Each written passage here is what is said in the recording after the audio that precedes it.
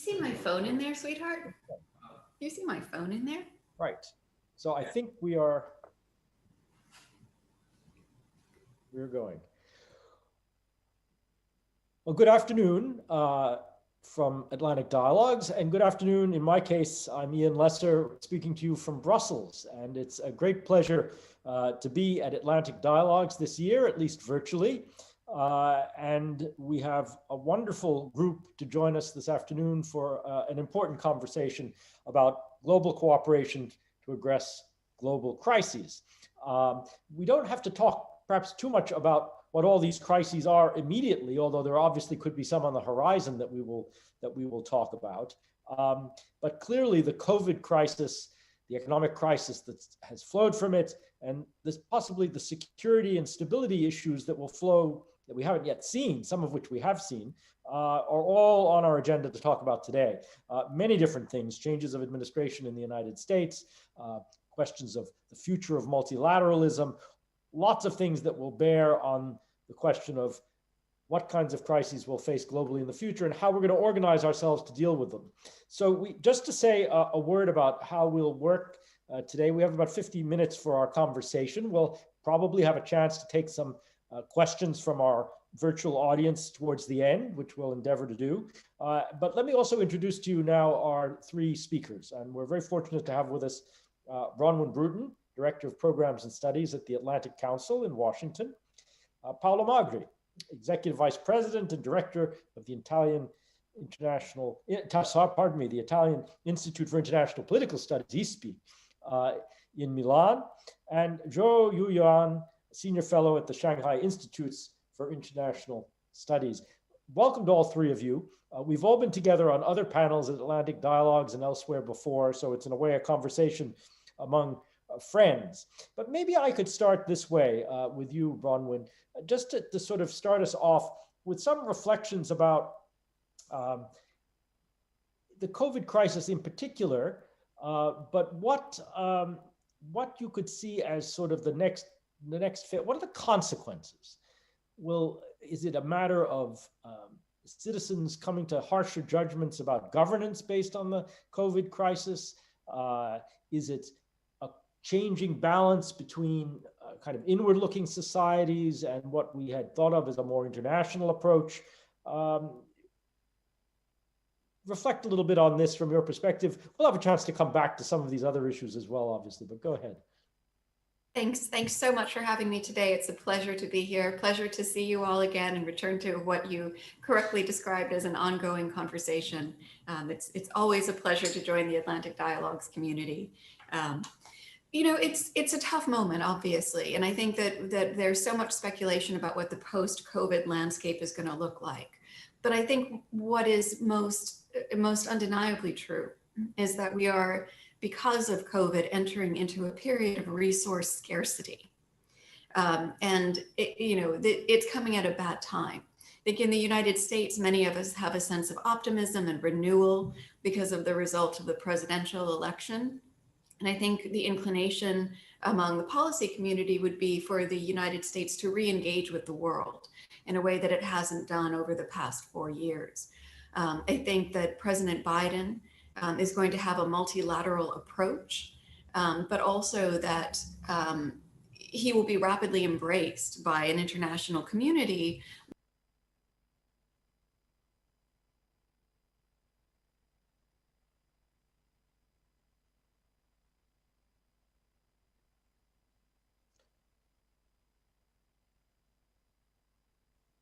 Am I back on again? You're back on again. All right. How long was I gone for? Not much. He'll be embraced. So effectively, I was saying that I think President Biden has an inclination to re-engage with the world.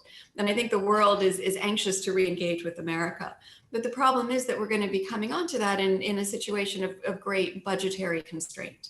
And at a time when, the great issues of the day, Iran, China, climate change, the COVID recovery are going to be sucking up a lot of energy. And so it may be very difficult for the US to play the kind of global role, particularly in places like Africa, that it's played in the past. And so I think really some harsh trade-offs are going to have to be made. And I think in the United States, we can't overlook the fact that Trump was not the creator of this inward pivot that we experienced over the past 4 years, but a person who simply profited from it. And so Biden is going to have to deal with the exhaustion of the American people when it comes to playing global policeman. And that's something that isn't going away. And so I think we're looking at a period where multilateralism becomes extremely important, because the US is not going to be out there, even if it wants to, directing the globe in the way that it did in the past. And that creates opportunities and challenges. Bronwyn, thank you very much. Paolo, maybe I could turn to you now and ask for some of your reflections. And in particular, if maybe you could come back on this question, which many of us have debated, is the COVID environment, is it an accelerator of trends that were already there in the international system?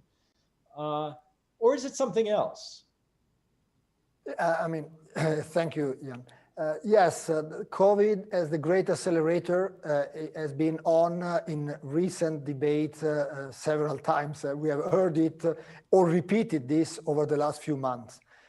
There is no doubt that the global pandemic is having a profound effect, but whether they are accelerating or subverting previous trend depends on what we look at. On trends reverted, just think about how global poverty rates, declining for almost 3 decades straight, have jumped up in just 12 months. That said, for geopolitics, my feeling is that the global pandemic has indeed accelerated previous trends. Let me point to 2 accelerations. First, quite obvious in front of us, the rebalancing of global power that has been ongoing for the last 3 decades. China is clearly catching up even more after the crisis. And then the second one is the tendency in some country to look inwards, call it my country first, call it isolationism, call it nationalism. And on this point, the tendency to move to growing inward-looking attitude, should it apply to countries that are directly or indirectly involved in regional conflicts or terrorism? It would be great news. But I'm afraid this inward-looking attitude to domestic priority will be mainly a challenge for Europe and the US. We are and we will be concentrating on our domestic crisis. And at some point, we don't know when, our internal storms will be over, and we will be able to raise our heads again and look beyond our border. And we may discover too late that the storm, our storm, was in other country a tsunami, and that tsunami may in turn have impact on us as well. We went through this 10 years ago. Our storm at that time was the Euro crisis. The storm on the southern shore of the Mediterranean was the Arab Spring. When we raised our head, we realized how fast everything had changed, and we faced the reality of new instability, wars, terrorism, and migration. New crises also for us after the Euro crisis. Have we learned something from this, or will we make the same mistakes nowadays? Paolo, thank you. Let me ask you both maybe to follow up on this, and I'm not sure whether Yu Yuan is with us yet, but as we wait for him to join, it could be said that we had a health crisis followed almost immediately by an economic crisis, which is still unfolding. There will possibly be a set of security crises that flow precisely from the kind of conditions that we've been talking about that perhaps are yet to come. I mean, you've pointed to some of the disparities that have grown, the developmental crises, but also the possibility that things will go on, as it were, under the radar without the attention of the international community because we're simply distracted. Crises that will go either not unnoticed perhaps, but without some crisis management, things that will happen while the great powers aren't looking, as it were. How do you react to that? Is that a real risk? Bronwyn, please let us know. Yeah, I mean, It is a risk. And I think that a follow-on question would be, how much good has the US done in the past, right? I mean, we have been so activist in the US in terms of particularly our counterterrorism objectives, and we've projected force across the globe, particularly in what we consider less governed spaces like Somalia. And sometimes we've done good, and a lot of the times we've done harm. And so the question is, at this particular moment, when it's very clear that the war on terrorism has been declared over, what comes next? In some respects, this is a natural progression. In other respects, it's been accelerated by the budgetary pressures created by COVID-19. I think there's no question whatsoever that regardless of who is sitting in the European and American governments, as you say, there's going to be less appetite for military adventurism and possibly less appetite for funding peacekeeping missions, even with the Biden administration.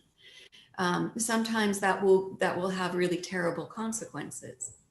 But I think that there is no doubt whatsoever that the development of, say, insurgent movements in corners of Africa, or the creation of new extremist movements in corners of Africa, is going to get a lot less attention than it did before. I have to say, it may be a controversial view, I'm not entirely convinced that the diminishing appetite of Washington to get mired in those conflicts will actually be a bad thing. You know, sometimes when the US gets in the middle of these things, whether, you know, it's sending weapons to the TPLF in Ethiopia, which we did for many years to disastrous effect, or whether it's striking young men in Somalia, we sometimes tend to fuel a cycle of conflict instead of resolving it. And I think that if what happens in exchange is that there is instead a great appetite for investment, if we stop looking at government to present all of the answers and instead we really focus in on trade as a way of competing with China, for example, we may accidentally actually start doing something that's quite productive. But I think it's going to require the Biden administration and his colleagues in the EU and the UN to be very strategic in determining, you know, when does a crisis require US or UN intervention or EU intervention, and when is it better to stand aside? And in the past, the US in particular has never been good at drawing that line. So there's a steep learning curve that needs to take place. And if the learning curve is tackled effectively, I think that the US can actually do a lot more with less. I think that it's possible to do more with less. And it's not been an approach that we've embraced in the past. But I personally think that it's possible to get it right, and that we actually may wind up with a better foreign policy than we had before as a consequence. Bronwyn, thanks very much. Paolo, I mean, just picking up on that, I mean, is there a kind of balance to be struck here between what you might have thought of as an American approach and a European approach, which is likely to be somewhat less, you know, interventionist, certainly in terms of the use of force, more cautious about the use of force, but also less unilateral? I mean, between a Biden administration and a Europe that's looking for a more active geopolitical role, self-stated, is there some better approach that we can expect, or is it a recipe ultimately for inaction? How do you see this evolving? I mean, doing better, Ian, doing better than the last 4 years, it's very easy. So we will all agree. I don't think we have to compare with that. So the comparison could go for many reasons to the Obama era, of course, because Biden was working with Obama. Most people being appointed were involved in that administration. And I don't like in these days those who are celebrating Biden, saying that we go back, celebrating as I am, but saying that it will go back to the good time of Obama, forgetting that the same people who are celebrating now were complaining and were disappointed with Obama's foreign policy. So to answer your question, I would say that it's good to go back to normal relationship, but we have to be vigilant, because normal relationship that do not mean that we have an entente, and we are able, and let me go back to what you asked, Brony, that we are able to take care of troubles. Because on that ability of jointly take care of trouble, the emphasis on internal issues will be strong both in Europe and in the United States, first of all. And there will be not only, as Brony said, less appetite for military intervention, which I don't see at all in Europe and most likely in the States, but also for development aid, international aid, and economic support. It's interesting, the first signal, United Kingdom, one of the countries more involved in international aid, cutting the development budget to take care of internal fiscal needs, which will be the same in all countries. And so that will be an issue. Then, as Brony, I perfectly share what she said, the fact that we pay attention to crisis most often did not, as a result, have a positive impact. Sometimes the more we were involved, the worse the result. But not taking care at all would be a disaster. That's my fear. Paolo, thank you very much. And Yuan, we're very glad you were able to join us now. And if you could turn on your camera as well, we can see you.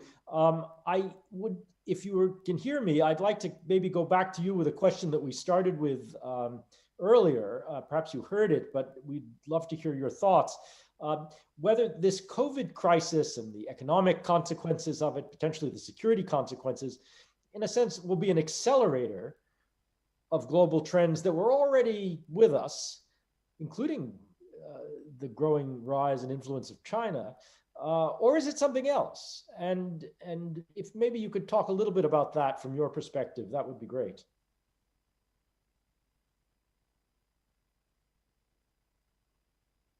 Yuan, can you, if you can hear us? Okay. Hello, Chair. Yes, can you hear me?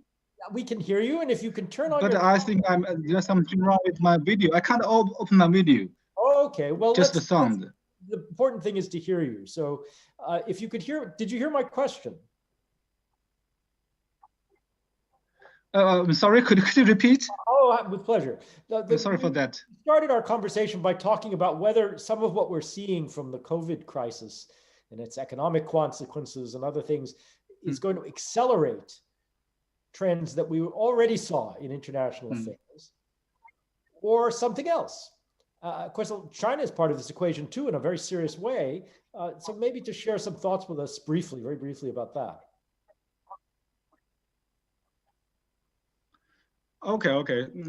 Thank you, Chair. It's my pleasure to join the conference, even though there's something wrong with my Zoom. Yes, for the conference on the geopolitical landscape, I think there are three tendencies we should care. The first one is that we are now. I think we are very clear that now we are being in a world without leading countries and a world without effective international coordination.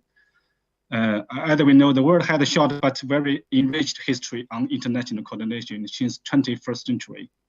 On realizing the MDGs, we have international coordination on fighting terrorism, on handling 2008 international financial crisis, on fighting Ebola in West Africa, on climate change, and on realizing SDGs. We all have international coordination, especially the China-United States consensus.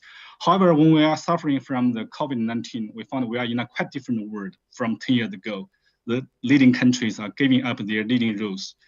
The multilateral mechanisms such as WTO, WHO, international financial institutions are being blamed, and even their legitimacy is questioned. The global consensus on international development, climate change is being disrupted. The response and outcomes of G7 and G20 are too symbolic to be effective. I think the second factor we can find is that it's the rising of the regional cooperation and regional autonomy due to the decline of international coordination and the effective global response. Because of the ineffective global coordination, regional autonomy, regional cooperation, and the trans-regional cooperation are becoming better choices for addressing the challenges. The European countries are stressing the strategic autonomy, and the East Asian countries are fastening the process of regional integration. As we know, the ASEP agreement has been signed last month among the 15 East Asian countries, which will make East Asia the biggest free trade area in the world. And as the second largest economy, China is quickening the bilateral investment treaty negotiation with the European Union countries. The third factor we should care is that the countries are becoming more inward-looking due to the lessons learned from the pandemic. The biggest lesson the pandemic left for each country is that we have to relearn on themselves. This means they must improve the resilience of the economy and the crisis response capacity by ensuring stable industrial chain, supply chain, and the value chain. To some degree, the countries who heavily rely on external resources will adjust their development choices. As we know, some African countries are strengthening the importance of industrialization, local production of critical goods supply, digital economy. China has put forward the idea of dual circulation, which aims to increase the resilience of Chinese economy and the capabilities to resist external risks. We also see countries such as the United States, Japan, and European countries are encouraging strategic industries back to home countries. Also, I think these are the very brief understanding and response to your questions, Chair. Thank you very much indeed, and that was really right on the subjects that we were discussing earlier before you joined us. So thank you for that. I'd like to come back though to you with a specific question, because it follows from a number of the things you said. It relates directly to the Chinese-American relationship.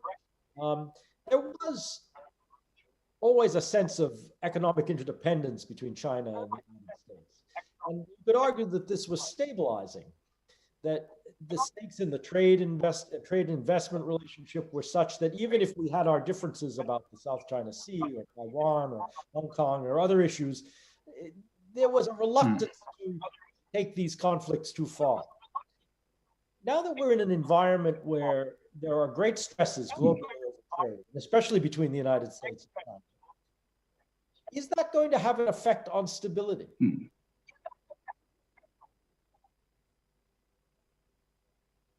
I think it's a very big but challenging question. From my observation,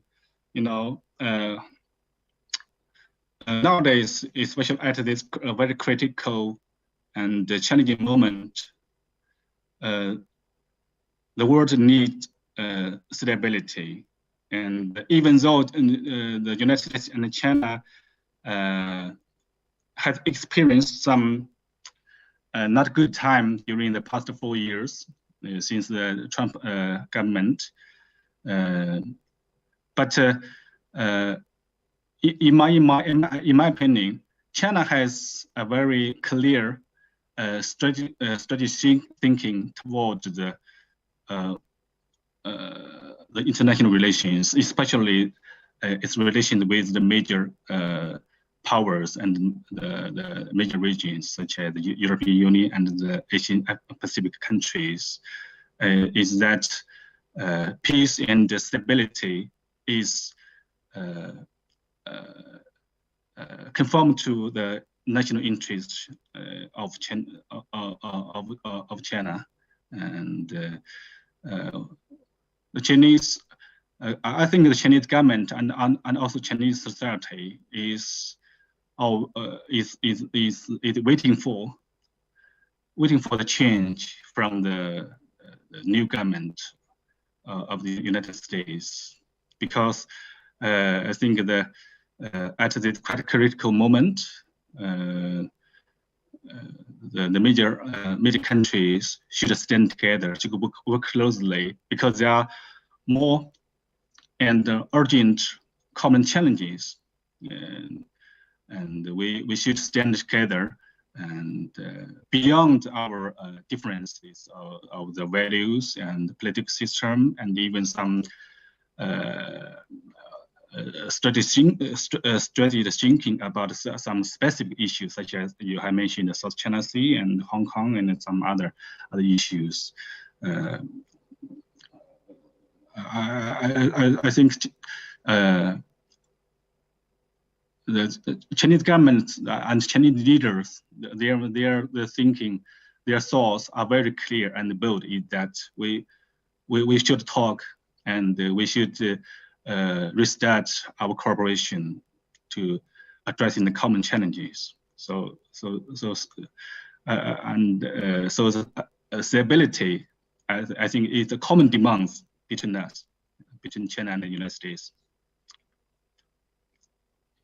Okay, thank you very much. Let me maybe come to all of you with a question about multilateralism, because embedded in the sort of subject of our session, but you've also all in different ways mentioned this, is a sense that multilateralism has seen an erosion, a marked erosion in recent years.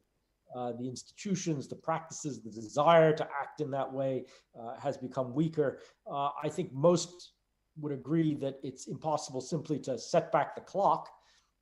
Lots of things have changed. It wasn't just about the Trump administration, it was about other factors. But okay, what do we do now? I think we probably, I'm guessing here, we're all going to agree that multilateralism is something worth saving and important to this question we're discussing of managing global crises. But how do you reinvigorate it? Paolo, how do we reinvigorate it? I think you need to unmute, Paolo. Yes. The need to reinvigorate is clearly there. The point is how. There is one risk and I have one hope. The risk is that reinvigoration will go through adding something else to existing institution.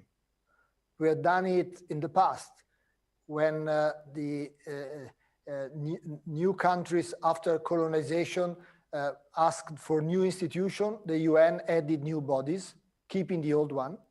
Then we had the G7. Then in 2010, we added the G20. And now there is a sense that the G20 is either too large or too small.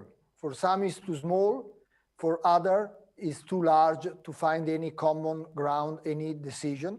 And so there will be a growing debate on having something else, something like a D10, a club of democracy, which is another way to say not China, not Russia, and not others.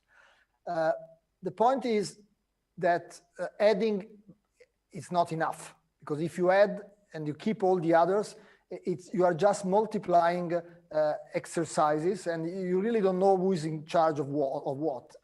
We have the UN, we have the UN conferences and all the other platforms. So I think, let me say a word on the G20, since Italy will chair the G20 next year and the ISPI will be chairing the T20 next year. My point in 2 words is trying to prioritize and streamline the topics.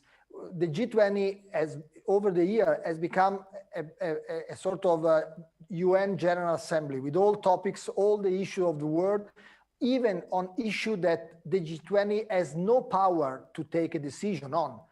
Take inequality.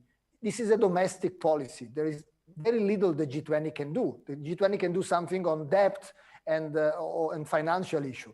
So the point is, fine, let's talk on all topics, but let's try to identify for the G20, this is just one example, the 3-4 areas in which the G20 can really make a difference. That's my point. Okay, Bronwyn, how do you see this? How do we save multilateralism? And who's going to do it? Yeah, that's a great question. You know, I think from a US perspective, obviously President Biden will do his best to reestablish American leadership in multilateral forums. But I think that there is a need for rebalancing, as Paolo was saying. And it's not only rebalancing in terms of the composition of these various groups, but also I think the world has to continue to come to grips, even though Trump is out of office, with a growing independence. For too long, I think the European nations have leaned on the US for leadership and for provision of security. And in some respects, even the African nations have done that. And what we have to do is grapple with the reality that the US is not as strong as it was, doesn't have an interest in playing the role that it did, you know, either because it can't or it won't. And that's really going to require big changes. I also think in particular that as we start to deal, hopefully in a serious way, with issues like climate change, we have to find a way to give the developing nations who are most affected by these crises a bigger seat at the table than they've had historically. You know, we cannot solve climate change without the participation of the African nations. And we in the West have been the primary drivers of the crisis. We have to give Africa in particular the prime seat in resolving the crisis. And I think that's going to resolve a certain amount of handing over of authority.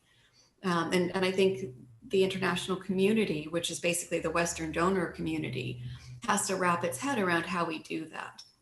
Because if we want the African nations to buy in, then they need to have a turn in the driver's seat, essentially. And I think one of the things that we are confronting that we haven't talked about enough is the crisis of confidence that's occurring, particularly in Africa, but also in Latin America and other regions.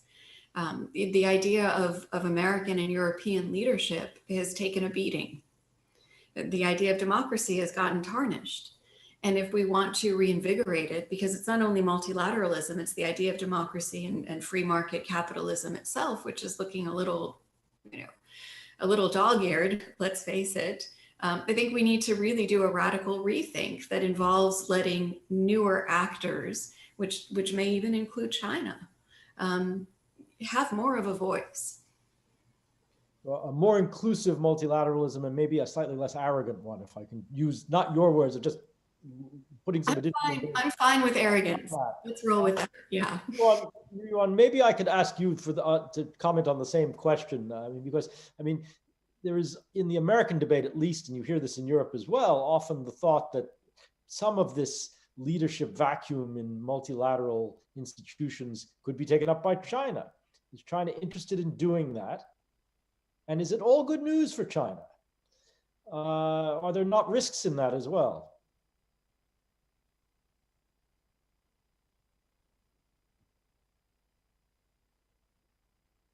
And I hope Yuan is still with us.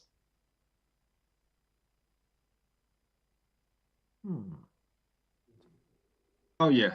Okay. Okay. Yes, we can see. Okay. Sorry. we can see very strong evidence. Evidence that China is a very strong advocate of the multilateralism, especially since the launching of the Belt and Road Initiative. I think it's not a multilateral. I think it's a transregional, and it's a ground maybe a multilateralism. And the core of this is that China is much more open to the world and to the developing countries and also to the developing countries. So here, regarding the multilateralism, I want to use maybe another word is a flexible multilateralism in coping with the challenges now we are facing. where I see so from the COVID-19, from the crisis, we see two tendencies. One is the rising of the regional integration. Another is a big demand of more practical and more flexible cooperations among different stakeholders, such as the trilateral cooperation. The first aspect, the rising of the regional integration is that the effective international response and the inadequate national mobilization, I think, are calling for the regions, including the continental and the sub-regional communities, to play larger roles in fostering regional response and actions. It will be important for the regions in calling for international support, attracting investment and financing, and increasing the resilience of the regions through sound regional response and development planning, such as African countries could fasten the process of African continental free trade area to initiate some program on regional connectivities and also some planning on the regional industrial cooperation. And I think either well as to strengthen the legal and the investment climate, I think which will be very crucial for absorbing the financing and the investment. For the trilateral cooperation, there are some successful stories and lessons in dealing with the crisis. Just I mentioned earlier, especially such as fighting Ebola in West Africa, and also we see the Africa, France, China trilateral cooperation, and also China, UK, Africa cooperation, and also the Chinese cooperation with the multilateral mechanisms such as the World Bank, IMF, and some other. Okay. Mm-hmm. Let me, maybe if I could, Bronwyn, come back to you on this. I mean, in this business of trying to reinvent multilateralism or reinvigorate multilateralism is maybe a better way to put it. How important is the value side of this equation? I mean, it's fair enough to talk simply in terms of, practical projects and questions of finance and infrastructure and security cooperation and all of these things. But, to a certain extent, the post-Second World War order was based on a set of rules, a shared set of values among core countries. You can call that a kind of global elitism if you like, but that's what it was. And it functioned in a way that was quite effective for a long time. And we've perhaps seen a bit of an erosion of that. How do we get back to something that works better in terms of responding to crises internationally if we're not on the same page when it comes to values? Does that matter? I mean, it's a huge question. It's a really huge question. I mean, and as an Africanist, it's a possible question, but I have to ask it anyway. Of course. No, I mean, and who wants to talk about little questions anyway? But it's a struggle. It's truly a struggle. I mean, I think as an Africanist, one of the things that you often notice is that countries that lean in a more authoritarian direction when they are young nations are often more stable than countries that attempt to implement democracy right off the bat. And I think sometimes when you look at the highest performing economies in Africa, particularly the Rwandas and the Ethiopias, for example, one of the reasons that they've managed to perform so well is that they have had consistent leadership. And so it's allowed for very long-term economic planning to take place. Many African nations too are of course looking at China's model, which involves a very distinct trade-off between political freedoms and economic payouts. And many people will look at that and say, look, if I have to choose between going and voting and having enough, comfort for my family it's an easy decision. And I think the Western view has been pretty paternalistic on that, quite honestly. We've just looked down our noses and said, well, I just think you don't understand how important freedoms are. And that's not it's not a useful way of looking at things. I think that the West needs to be far more inclusive. It's a word that we've brought up previously, and far less judgmental if we're going to really start treating, developing a more inclusive way of managing our multilateral institutions, but also more honest partnerships. The United States has frequently, for example, made trade-offs when it comes to counterterrorism. We've been happy to partner with non-democratic regimes, very, very happy to partner with non-democratic regimes when we've seen a concrete reason for doing so.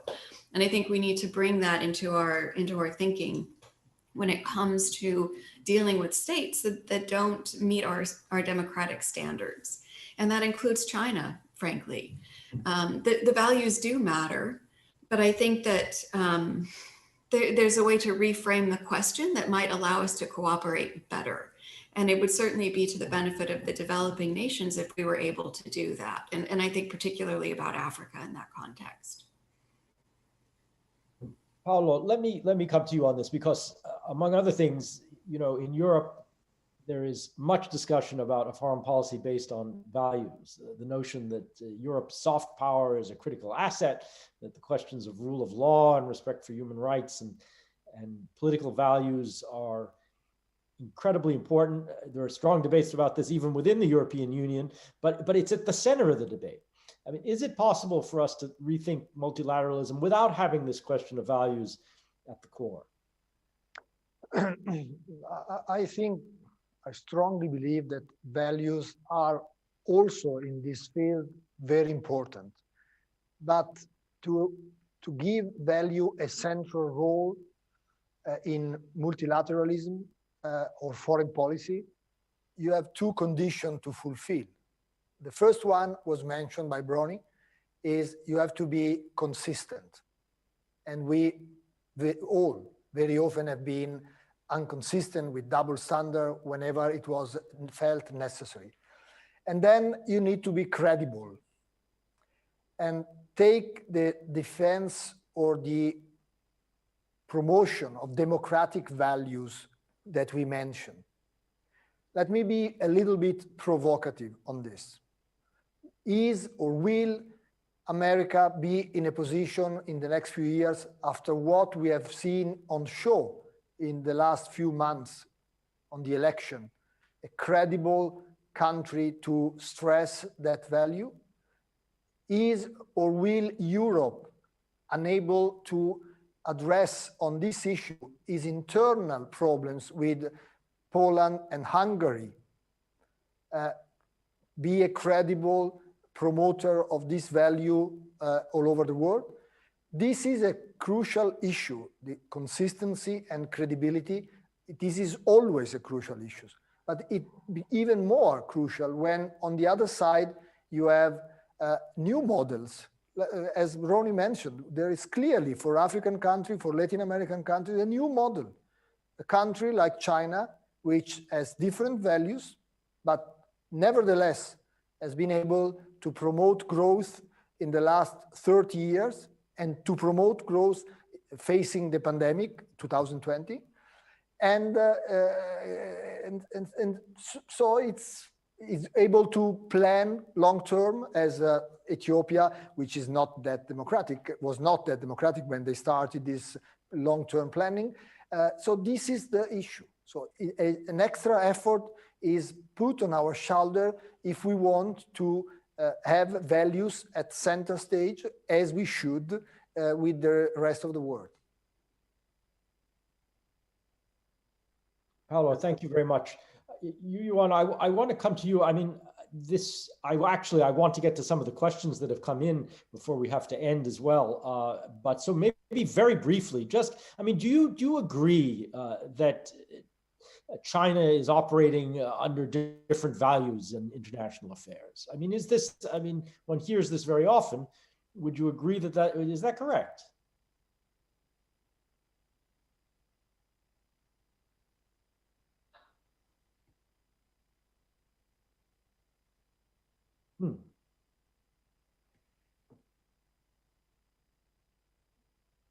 Did we say something? We can perhaps we'll come back to that one. I'm not sure it's something we're going to resolve here in this session anyway, if I can say. But we have a number of questions that have come in, and I'm conscious of our time. Some of them are a little technical on the side of how to respond to the epidemic globally. I mean, I don't know whether you're able to address these, but broadly, there are a set of questions asking, what could we do better internationally? Without perhaps going into the deep science of this, what are the things that we could do to increase the ability of governments to work together around these issues? I would have my own little editorial opinion that withdrawing from the WHO probably isn't one of those. Coming back into it probably would be a help from the American point of view. But more seriously, what are in your view are some things that could be done?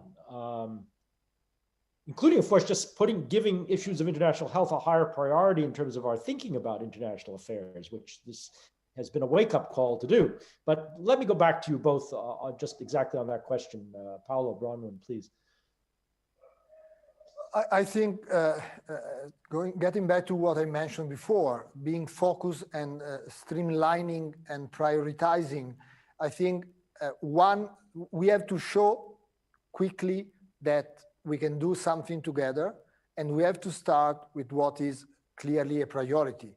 And the priority, as you mentioned, is running the, hopefully, post-pandemic time, which first means managing a fair distribution of the vaccine.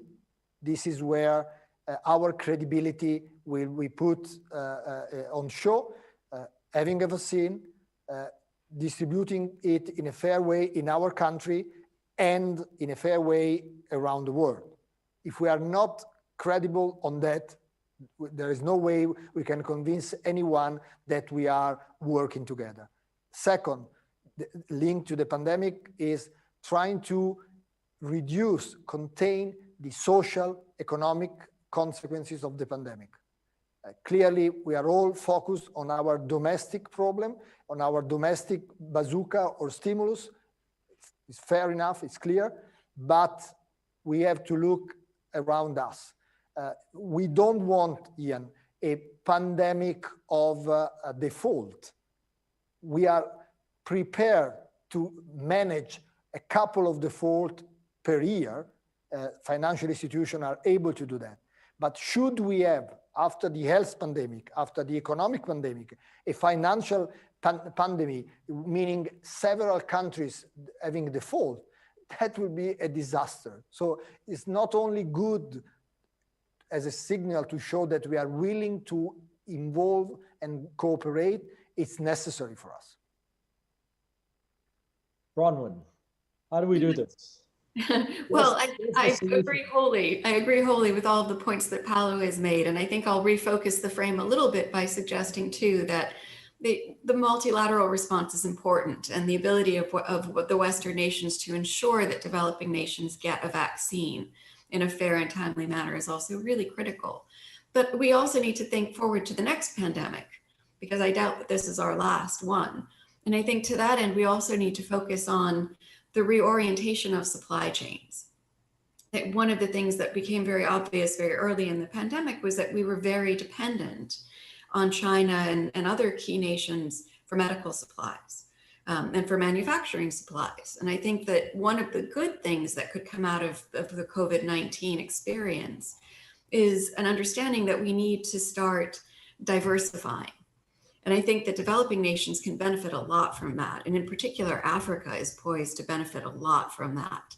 And it's kind of from my view, one of the silver linings of the pandemic is that it's caused us to really think about the necessity for key regions to have an internal ability to supply their own needs. Because if China needs to shut down for 2 months, we can't afford to stop the world. So this is something that I think will hopefully get a lot of attention as the world gets back to normal. People start thinking about, does my region have an ability to produce its own vaccines, its own medicine, its own PPE? And hopefully the donor countries will look at Africa and Latin America, make sure that there is more of an indigenous capability to produce face masks, ventilators, all the things that we're likely to need in the future, but also the more critical food supplies and manufacturing supplies down the road.